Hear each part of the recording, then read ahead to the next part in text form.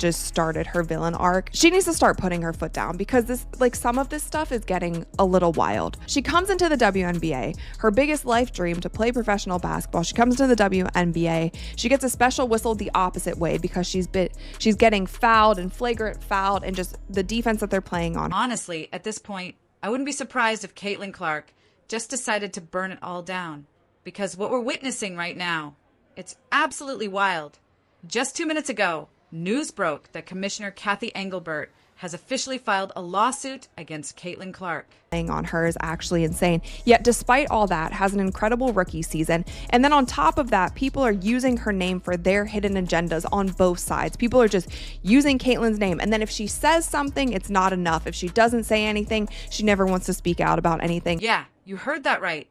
The WNBA's biggest star, the player who literally saved the league from irrelevance, is now being sued by the very organization that owes her everything.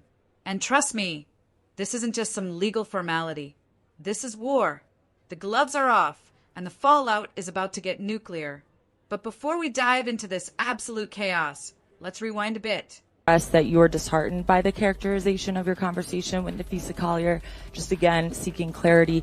Did you in fact say that Caitlin Clark should be grateful she makes $16 million off the court because without the platform that the WNBA gives her, she wouldn't make anything? And do you actually feel that way, that without this platform, players like Caitlin Clark wouldn't be making what they do off the court? Yeah, obviously I did not make those comments. Caitlin has been a transformational player in this league. Because to understand how we got here, you need to know the full story.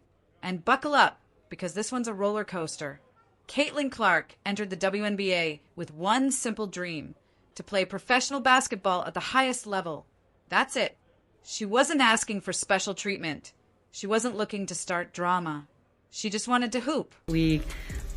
She's been a great representative of the game. She's brought in tens of millions of new fans to the game. Proud of what she's put on the court. Unfortunately, the injuries held her back from a full season this year. But again, I'm not going to get into every point, counterpoint. It's not productive here. We're here to celebrate the WNBA Finals. I think what Indiana just did was amazing with all the injuries they had and the everything they faced this year, bringing that to a Game 5 in overtime. But yeah, as I said, there's a lot of inaccuracies reported out there, and I certainly did not say that. But from day one, the league had other plans for her. She got hit with a special kind of whistle, the kind that goes the opposite way.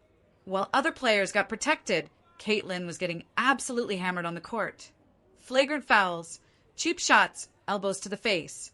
The defense they played on her wasn't just physical, it was borderline violent. And the refs? They just let it happen. Game after game, she was shoved, hacked, and thrown around like a rag doll. People called it playoff intensity. But let's be real. If LeBron James or Steph Curry took those same hits. About her. In all of her statements, it's all like, well, I got us here and I should. And Cathy, no one cares. Literally no one cares.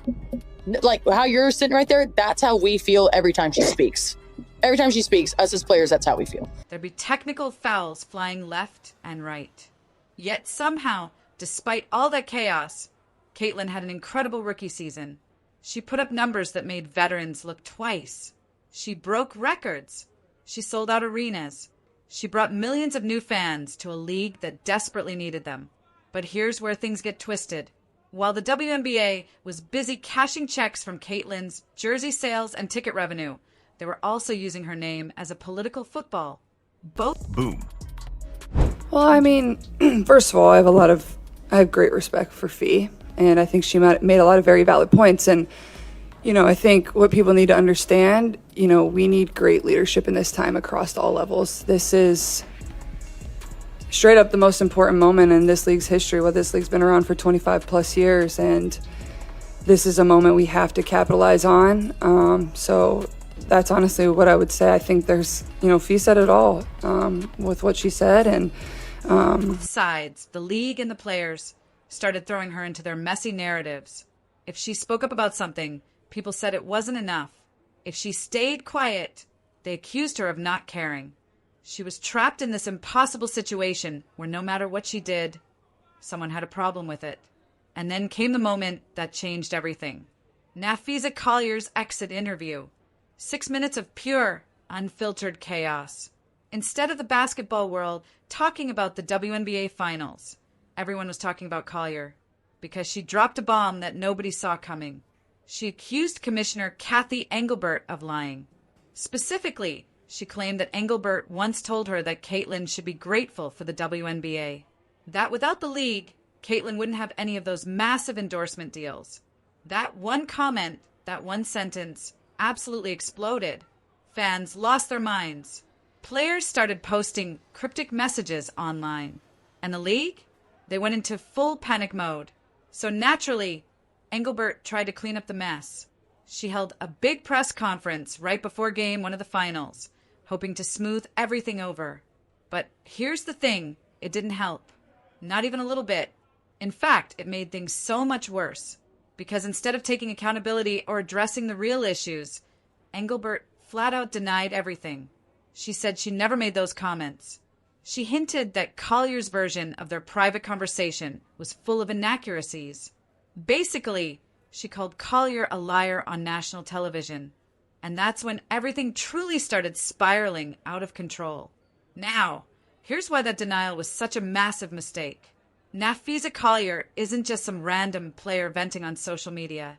She's one of the WNBPA vice presidents. That means she's directly involved in the biggest collective bargaining agreement negotiations in WNBA history.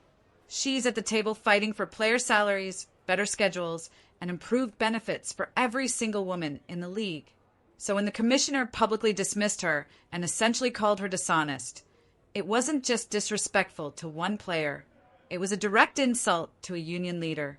And that's the moment Caitlin Clark decided she'd had enough. Up until that point, Caitlin had been careful. She avoided controversies. She kept her head down, focused on her game, and let the drama swirl around her without getting involved. But when reporters asked her about Collier's comments, she said something that made the entire basketball world freeze. She simply said, "I think Fee made a lot of valid points." That's it. Just one sentence. But it was enough to send shockwaves through the entire league. Because Caitlin Clark, the face of the WNBA, had just officially chosen a side. And it wasn't the commissioner's side. Can you really blame her, though? This is the same league that's been using her name to sell tickets, boost ratings, and promote every brand deal imaginable. They've turned her into a walking billboard. But at the same time, they let her get absolutely brutalized on the court. They didn't protect her. They didn't speak up for her. And when the commissioner finally had a chance to show that she actually cared about player safety and respect, she chose to use Caitlin's name to defend the league's image instead. So yeah, you can see why Caitlin would lose her patience. And then things escalated even further. After Engelbert's disastrous press conference, she mentioned that she'd been in touch with Collier to set up a private meeting to clear the air. Sounds reasonable, right? Except it never happened. Because before that meeting could even take place, Collier canceled it. She flat out refused to sit down with the commissioner. And here's the kicker. Engelbert didn't even find out directly from Collier. She found out from ESPN. The league's own commissioner was learning about canceled meetings from Twitter alerts. That's how bad the communication breakdown had become. After Collier canceled, several players publicly backed her. Even Caitlin's own teammates, like Lexi Hull, spoke up and said Collier wasn't wrong and that leadership was completely out of touch. Caitlin didn't post a long statement or go on some social media rant, but her actions spoke volumes. She stopped reposting WNBA content. She didn't mention the finals. Instead, she quietly liked fan tweets that were criticizing the league's leadership. Fans noticed immediately and started calling it Caitlin Clark's silent protest. And honestly, that's exactly what it was. The biggest star the WNBA has ever had was sending a clear message. You can't keep using me while disrespecting everyone around me. Now, let's talk about why this whole situation is so much bigger than just a personal beef. The WNBA is right in the middle of its most crucial collective bargaining agreement negotiation in history. Player salaries are on the line. Work conditions are being discussed. And a lockout in 2026 is a very real possibility. Ownership groups are trying to figure out how to balance their budgets while also paying star players what they deserve. But here's where things get complicated. Two of the players sitting at that negotiating table, Napheesa Collier and Brianna Stewart, are also the co-founders of Unrivaled, which is an alternative off-season league. And that creates a massive conflict of interest. Because if the WNBA can't reach a deal and the league shuts down in 2026, Unrivaled would benefit enormously.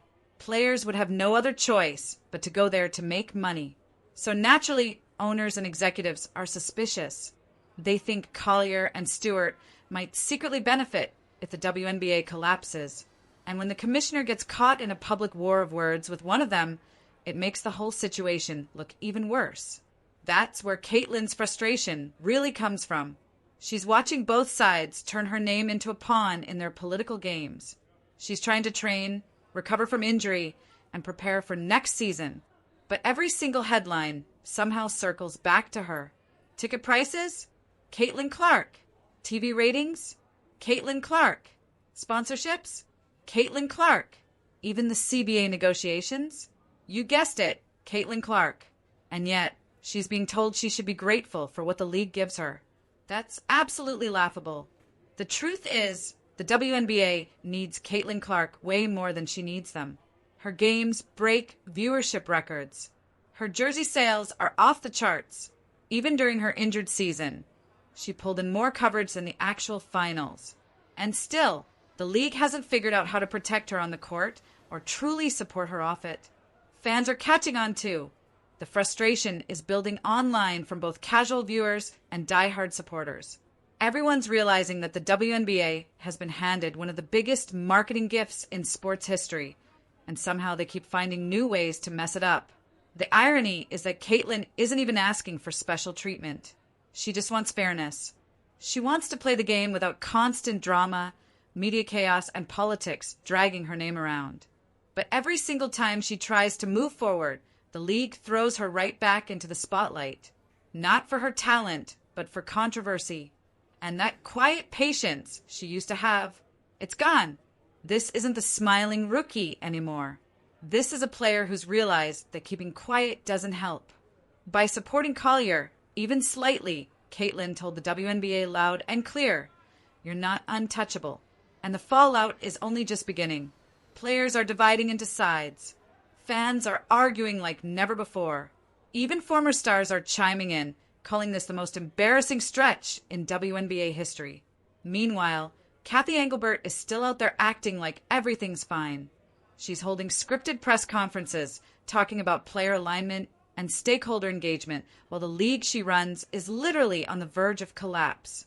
Just a few months ago, people were celebrating the WNBA's golden age. Expansion teams, record ratings, brand new investors. Now, everyone's wondering if there will even be a 2026 season. And let's be honest, that's not on the players. That's squarely on leadership. Engelbert's denial might have been the final straw. Because even if she didn't actually say what Collier claims, the fact that absolutely no one believes her says everything. Her credibility is gone. And it's not even about who's right anymore. It's about how terribly this situation was handled. The WNBA let a private disagreement become a public soap opera right in the middle of its finals. Now, every headline about women's basketball isn't about championships. It's about who's lying. That's why Caitlyn's stance hits so hard. She's not screaming. She's not posting long paragraphs. She's just letting the silence speak for itself. And that silence is louder than anything Engelbert could ever say at a podium. The fans feel it. The sponsors feel it. Even ESPN anchors are dancing around it because nobody knows how to spin this mess anymore. We're watching a power shift happen in real time. Players are realizing they don't need the commissioner's approval to have influence. And Caitlin Clark, whether she likes it or not, has become the face of that shift. So when the news dropped that Engelbert filed a lawsuit against Caitlyn, it felt like the inevitable breaking point. The league is in full panic mode, and they should be. When your biggest star hints that she's losing trust and leadership, you're officially in crisis territory. Fans have turned Engelbert into public enemy number one. Social media is flooded with threads demanding change. For once, Clark supporters and Collier supporters actually agree on something. The leadership looks completely clueless. The WNBA is fumbling what should have been its greatest era. And now, with a lawsuit hanging over the league's brightest star, the question isn't just about legal battles. It's about whether the WNBA can survive its own self-destruction. So what do you think? Is Caitlin standing up for what's right, or has this gotten totally out of control? Drop your thoughts in the comments, hit that like button, and subscribe because this story is far from over.